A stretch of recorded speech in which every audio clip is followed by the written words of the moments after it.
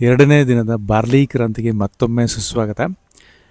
P C O D, pre diabetes, type 2 diabetes, type 1 diabetes ಮತ್ತು ಯಾರು ತೂಕ ಜಾಸ್ತಿ ಇರ್ತೀರ ಅವ್ರುಗಳಿಗೆಲ್ಲ ನಂಬರ್ 1 ಫುಡ್ ಅಂತ ಹೇಳ್ತಿದ್ದೀನಿ. ಮತ್ತೊಂದು ಸಲ ಸೇಮ್ ಆ್ಯಸ್ ಮಿಲೆಟ್ಸ್ ಎಷ್ಟು ಉಪಯೋಗ ಇದೆ, ಎಷ್ಟು ನಿಮ್ಮ ಆರೋಗ್ಯಕ್ಕೆ ಒಳ್ಳೆಯದು, ಅದೇ ರೀತಿ ಅದಕ್ಕಿಂತ ಹೆಚ್ಚು ಅಂತಲೂ ಹೇಳ್ಬೋದು ಬಾರ್ಲಿಯಲ್ಲಿ ಅಷ್ಟೇ ಉಪಯೋಗ ಇದೆ.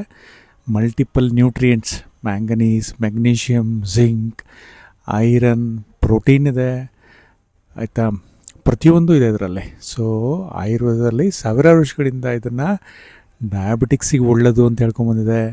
ಕಫದೋಷ ಕಡಿಮೆ ಮಾಡುತ್ತೆ ಮತ್ತು ಮೇದಧಾತು ಅಂದರೆ ಫ್ಯಾಟ್ ಟಿಶ್ಯೂನು ಕಡಿಮೆ ಮಾಡುತ್ತೆ, ಹಾರ್ಟಿಗೂ ತುಂಬ ಒಳ್ಳೆಯದು. ಆದ್ದರಿಂದ ಇವತ್ತಿನ ದಿನ ಚಾಲೆಂಜಲ್ಲಿ ಏನು ಅಂತ ಹೇಳಿದ್ರೆ, ಇಡ್ಲಿ ಮತ್ತು ದೋಸೆ ಪ್ರಿಪೇರ್ ಮಾಡ್ಬೋದು ಬಾರ್ಲಿಯಲ್ಲಿ. ಇದು ಸಾಕಷ್ಟು ಜನಕ್ಕೆ ಗೊತ್ತಿದೆ. ಯಾರಿಗೆ ಗೊತ್ತಿಲ್ಲ, ಯಾರು ಚಾಲೆಂಜಿಂಗ್ ಆಗಿ ತೊಗೊತಾರ, ಈ ಕ್ರಾಂತಿಯಿಂದ ನೀವು ಒಂದು ನನಗೆ ವಿಡಿಯೋ ಮಾಡಿ ಕಳಿಸ್ಬೇಕಾಗತ್ತೆ, ದೋಸೆದು ಅಥವಾ ಇಡ್ಲಿದು. ನಿಮ್ಮ ವಿಡಿಯೋನ ನಾನು ನನ್ನ ಚಾನಲಲ್ಲಿ ಹಾಕ್ತೀನಿ. ಇದರಿಂದ ಹಲವಾರು ಜನಗಳಿಗೆ ಉಪಯೋಗ ಆಗುತ್ತೆ. ಯಾರಿಗೆ ಬರೋದಿಲ್ಲ, ಯಾರಿಗೆ ಕನ್ಸಿಸ್ಟೆನ್ಸಿ ಸರಿ ಗೊತ್ತಾಗ್ತಿಲ್ಲ ಅಂಥವ್ರುಗಳಿಗೆ ಕೂಡ ತುಂಬ ಹೆಲ್ಪ್ ಆಗುತ್ತೆ. ಬಹುಶಃ ನಿಮ್ಮ ಮನೇಲಿ ಮಾತ್ರ ಮಾಡ್ಕೊತಿದ್ರಿ ಇಷ್ಟು ದಿನ, ಬಟ್ ಇದು ಸಮಾಜಕ್ಕೆ ತರೋಣ. ಎಲ್ಲರೂ ಬಾರ್ಲಿಗೆ ಪ್ರೋತ್ಸಾಹ ಕೊಡೋಣ. ಯಾಕಂತ ಹೇಳಿದ್ರೆ ಇದರಲ್ಲಿ ತುಂಬ ಲೋ ಗ್ಲೈಸಿಮಿಕ್ ಇಂಡೆಕ್ಸ್, ಮಿಲೆಟ್ಸ್ಗಿಂತನೂ ಕಡಿಮೆ. ಮಿಲೆಟ್ಸ್ನಲ್ಲಿ 40ರಿಂದ 55 ತನಕ ಇದ್ದರೆ, ಬರೀ ಇದರಲ್ಲಿ 23ರಿಂದ 30 ಬರೀ ಗ್ಲೈಸಿಮಿಕ್ ಇಂಡೆಕ್ಸ್ ಇದೆ. ತುಂಬ ಕಡಿಮೆ ಪ್ರಮಾಣದ ಗ್ಲೈಸಿಮಿಕ್ ಇಂಡೆಕ್ಸ್ ಇರೋದ್ರಿಂದ ಆರೋಗ್ಯಕ್ಕೆ ತುಂಬ ಒಳ್ಳೆಯದು.